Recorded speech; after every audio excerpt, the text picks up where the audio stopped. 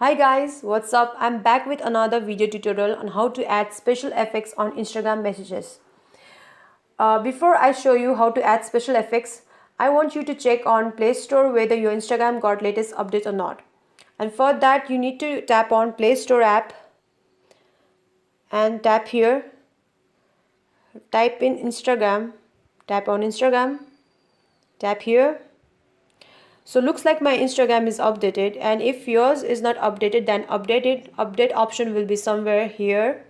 So you can update your Instagram anytime. Okay, so now let's get back to the topic. So I'm going to show you how to add special effects on Instagram messages. Tap on Instagram app, and now you have to look for the person that you want to send messages to. So let's go for, okay, I'm gonna send a hi to this profile. Tap on message, type your message, like I'm gonna write hi. After tapping your message, you have to tap on here on the search button.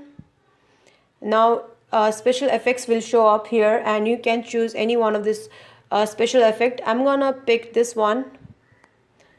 Tap, and then the message is gone. So guys, this is how you send a message adding a special effect. So I'm gonna show you another one. How are you? Okay, question mark.